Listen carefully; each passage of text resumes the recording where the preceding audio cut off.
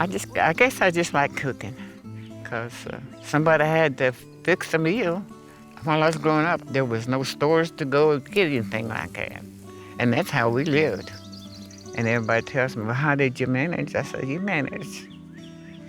I'm Betty Jo Smith, and I'm a Cherokee National cook, authentic cooking. It's a little bit tall, some of it is. You get the smaller ones, they're better tasting. So you want us to get the small ones? Yeah, get the smaller ones. Okay.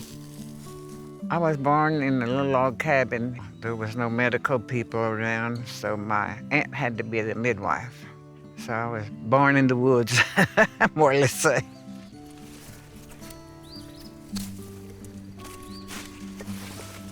That's good, those will real be tender.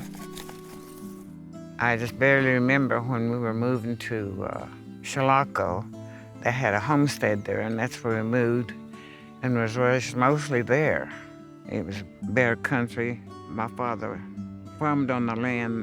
They support everything. It was called a homestead. And we had a 2-room house. So my mother took care of the house. Right now, it's a mess. That's good. There's plenty. You smell good. Very good. Very good, very good. They're nice and tender. And I had to do most of the caretaking after my mother got sick. So with learning to cook, she would explain to us what she liked and how to fix it. And then when I would go to church, I'd follow the elders around, learning from them. So I began picking up this and that from everyone. Where we lived, there was a lot of watercress and poke and things like that. Come down here during the late spring and get the watercress because it's good on sandwiches. Got married in '49, and then we moved to Hulbert. It was an old log frame house. Lived in it for years till we had the house built. We raised 6 girls and 5 boys. We're gonna show Grandma what we got. See if we get her approval. Oh yeah, that's just fine. Okay. That's great.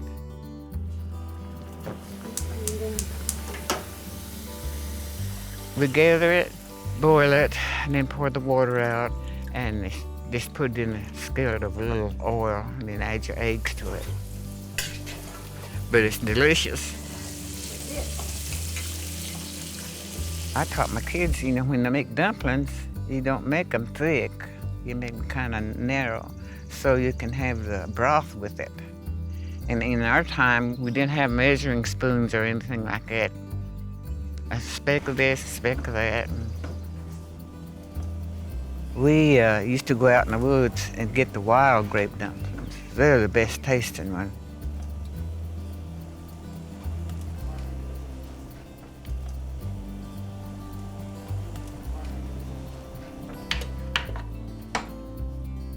Cherokee Village was known then when I worked there. I worked there 27 years, I believe. Started bringing our children in. So I was with my children all out during that time. And they got to work in there. They got to learn weaving baskets, bow making, arrowhead making. So they worked there about as long as I did. Kind of reminded me of how I was growing up, because that was easy to do. Of course, you didn't get to cook in there or anything. You had to have a fire and doing your work. When you raise them in the garden and they start big enough to snap, they're real easy. These here are kind of aged a little bit. They're kind of tough, but you can still do it.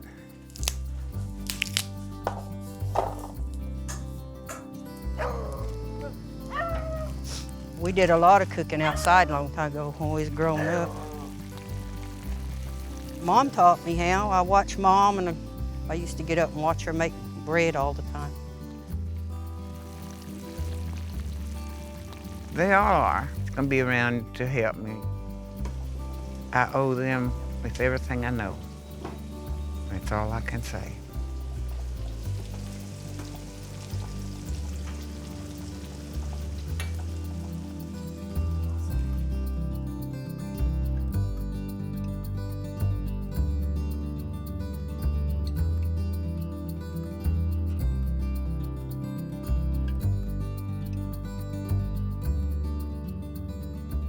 So, just more or less, I'm proud of my kids and what they're doing.